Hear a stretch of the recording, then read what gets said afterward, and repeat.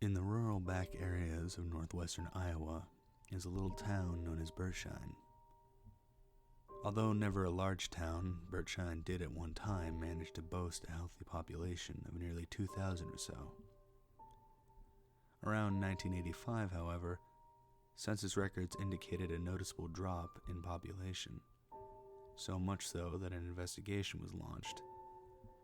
At the time, many of the few remaining townsfolk interviewed were also already talking about moving somewhere else, and some of those who were willing to participate in the interview process would share disturbingly similar stories. Most of the townspeople all said the same thing: business in the area was no longer what it used to be. Making a living was getting harder. Many people were now working in the surrounding areas and preferred to move closer to their jobs.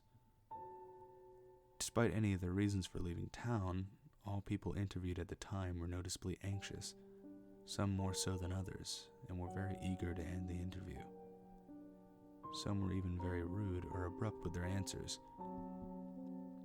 Despite the little help from most of the townspeople, a few residents, without prompting, would recall strange happenings around the town within the past couple of years. Numerous residents mentioned a strange, faint light in the nearby forest that would appear roughly every other night. And they said it began nearly 2 years ago after a large crash and small quake were experienced one afternoon. Ruby Clemens, an elderly and lifelong resident, claimed that she and her friend Edna Walker witnessed a strange object descend from the sky into the forest after the quake. It looked like a giant baseball, Ruby recalls, but it was real big and sort of blackish silver, if that makes sense.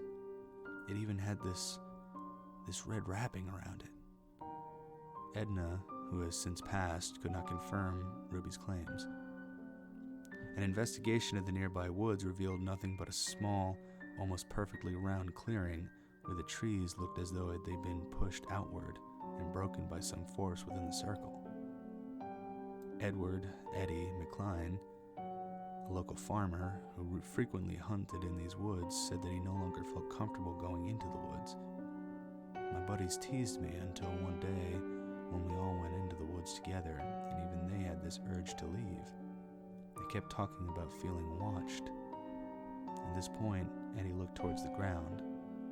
There's something in them woods. Darren Johnson, the local bakery owner, claims that early one morning he had a very disturbing experience. I was in the bakery by myself, getting ready to start the day. I was alone and it was dark out. I was in the back room with the screen door open because it gets hot when I'm making bread.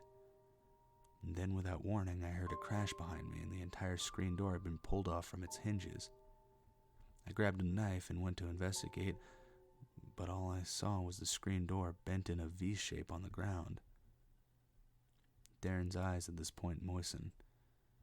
I know this may sound crazy, but I watched something move into the woods. It looked like a sphere, but it looked like it had these big human-like eyes. I had never been so afraid in my life. I called the sheriff, but he never came up with anything.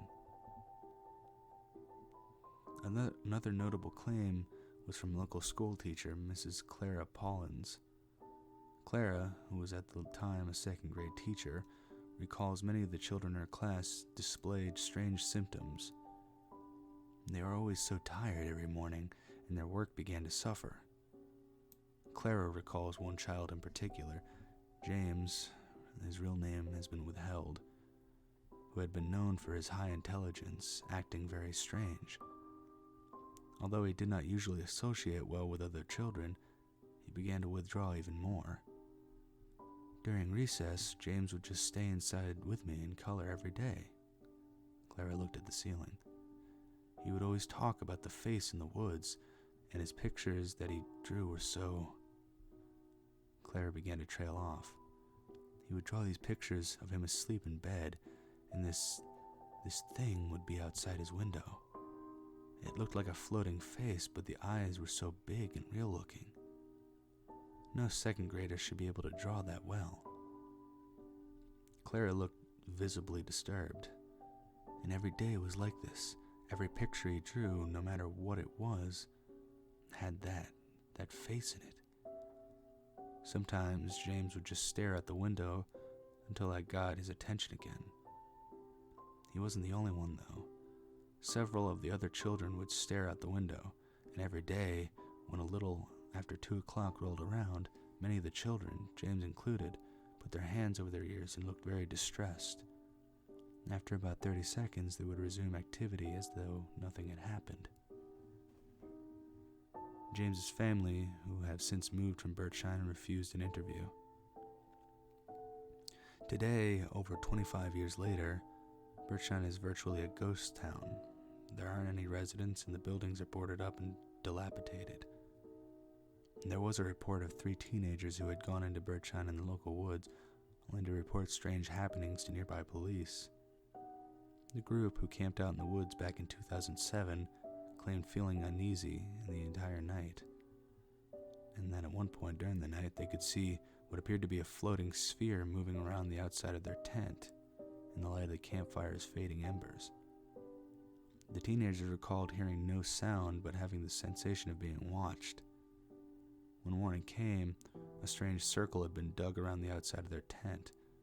Other than that, nothing had happened. The teenagers immediately left and refused to return with the investigators. Whatever happened in Bertshine has never been explained. However, 2 strange phenomena have occurred.